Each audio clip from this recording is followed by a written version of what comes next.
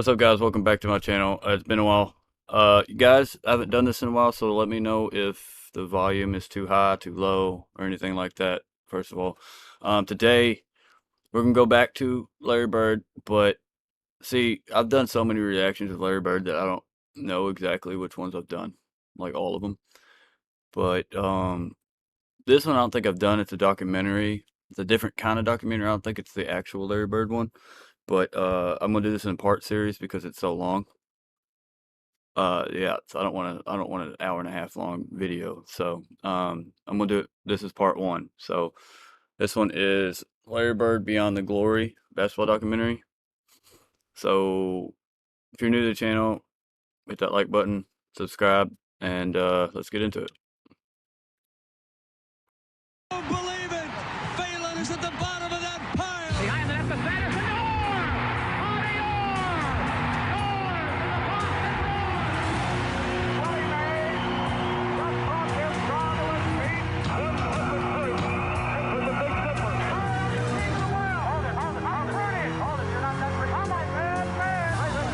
Muhammad Ali, what's up? Reggie Jackson, let's go. I was showing a bunch of greats.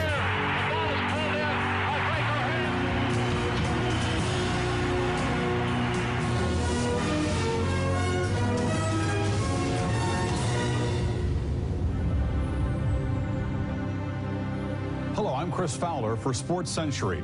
Larry Bird could have been a poster boy for the 1950s NBA. He wasn't fast, he wasn't sleek, and he couldn't soar far above the rim. But when he assembled all the little ordinary, outdated pieces of himself and walked onto a basketball court, Hold up.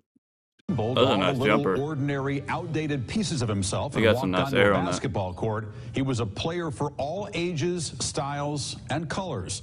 Although some Boston fans may have seen him as a white hope, Bird played above race, drawing admiration from every corner of the game.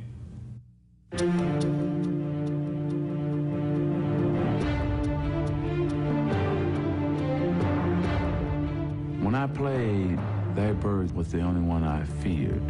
A lot of black guys always ask me, could Larry Bird really play that good?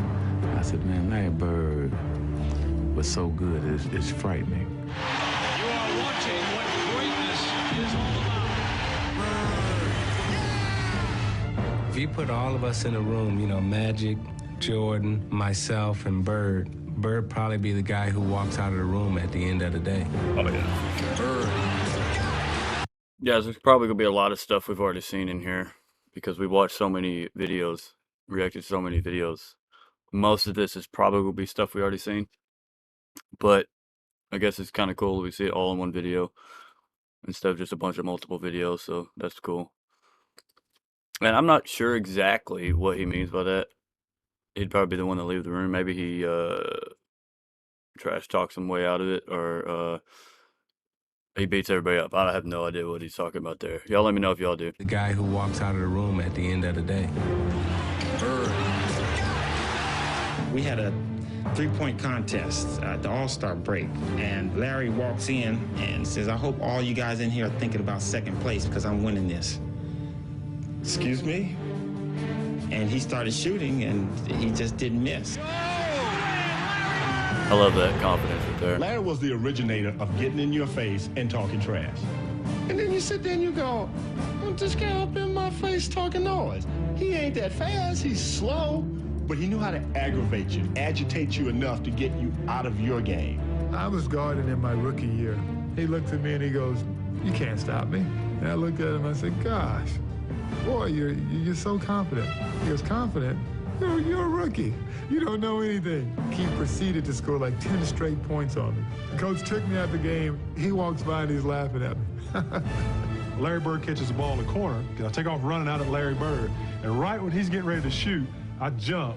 And as I go by, I go by him. He tells me, he says, fly, Bird. And I go right by him. He shoots the ball. It's nothing but nylon. Larry Bird was a pain in the neck. Anytime we had a chance to win, Larry Bird changed that. Yeah, that's what everyone keeps saying about Larry is like no matter what, he was the guy to change the game. Like it wasn't like, you know, someone else. It was Larry. Like if you were losing and you thought you were gonna win, Larry Bird would come in and just change that shit. So like that's pretty dope that one player can do that because only a few select players can do that in the NBA. Michael Jordan, Kobe, Larry Bird. I'm not sure about Magic Johnson.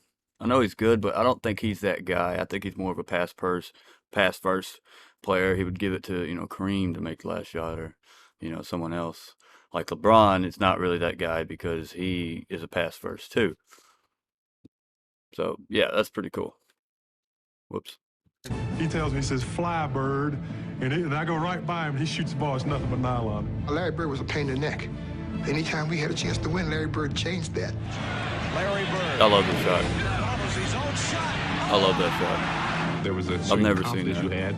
Besides Because, if you this one, ever got in I've seen trouble, him give do the it. ball to Larry and get out of his way. And he delivered. This is tough. Like, who's doing that? Besides Kobe, I've seen Kobe. Cold-blooded killer. In the last 24 seconds, he would demand the basketball in the huddle. 0 seconds. There we go.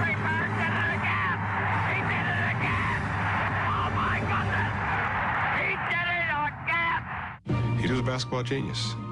He'd be a step ahead, a thought ahead, play the game like a chess game.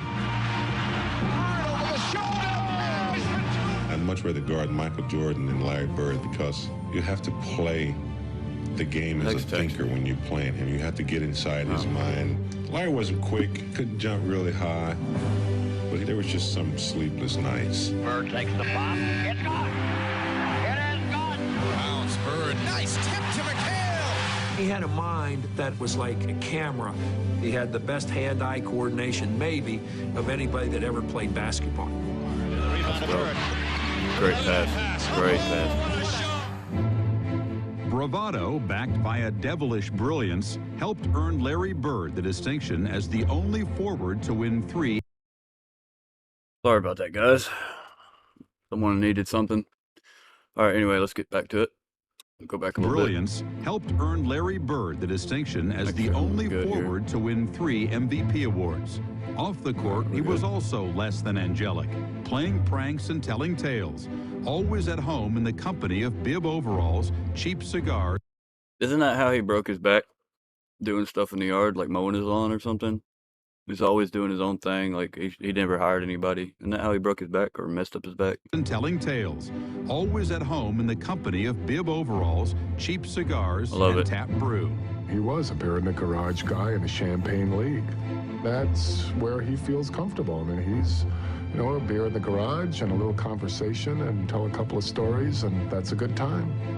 That's awesome. Larry, myself, and Kevin McHale went out one time. I'm trying to drink with Larry, who was the two-fisted drinker. So I drank until I couldn't drink anymore. We went to eat in a restaurant. And I remember feeling bad. And I put my head in the seat, and I said, oh, man, I need some water. So I drank this big swallow of water, and what Larry had done was, like, put this whole little mini bottle of vodka in the water, and that just sent me over the edge. And it was just so funny to him that I went outside and I started feeding the animals. Practically the first week we had signed him, I get a phone call at home, 2 o'clock in the morning, it seemed like. And you better get over to Burke's Tavern because Larry Bird's there and God knows what's going to happen. And I thought, thinking, that's not such a great neighborhood, I'd better get over there. And I go over there and he is bellied up to the bar with about 50 people around him. He's wearing a Mack truck cap and overalls. He's just a good old boy. He's having a hell of a time. And everybody around him is relating to him.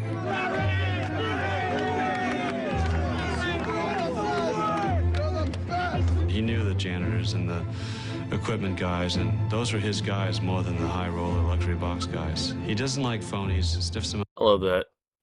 Sorry, I paused a lot, but whatever.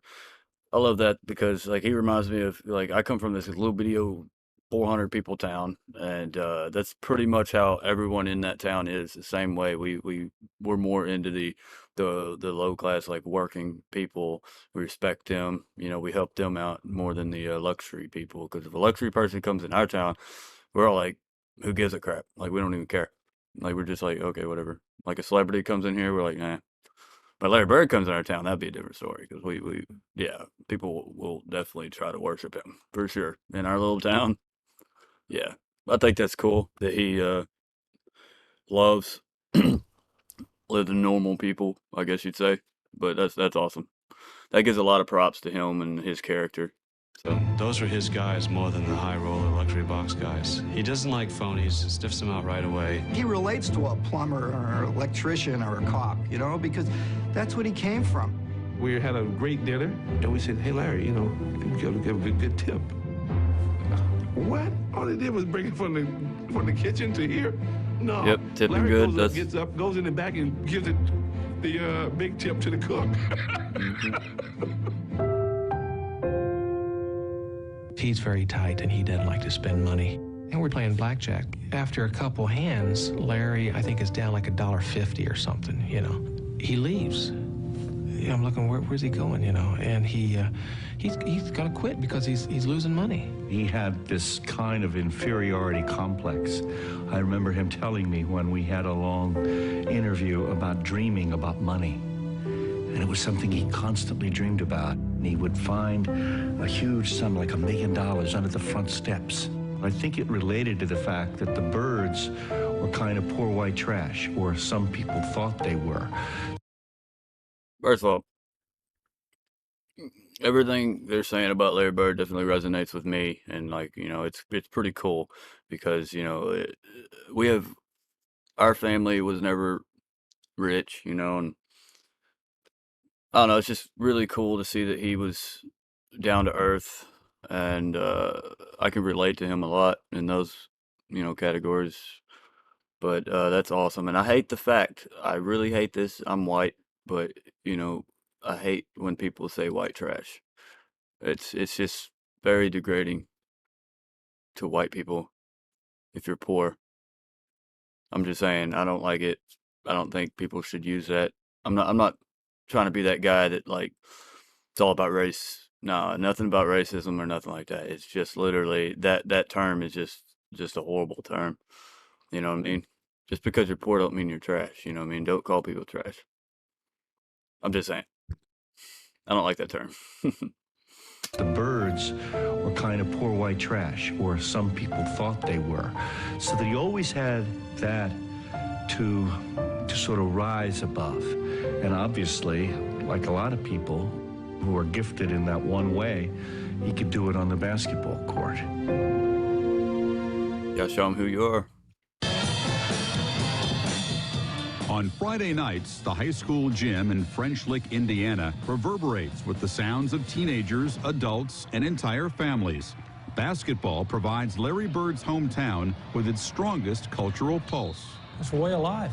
The coffee shops, the restaurants, the barbershops, everyone talks basketball. It's what forms community in Indiana. It's cultured basketball. It's rural. It's white kids on farms doing nothing all day long but shooting jump shots so that they are great pure shooters. It's a kid alone with a very simple basket again and again. I remember Larry telling me how he had waxed the net because the net would last longer that way. Oh, I've never done that. I never even thought about that. That's crazy. If he did that at a young age, dude was just straight smart, like, about basketball. Like, he thought of everything. Jeez. I never thought about waxing that net.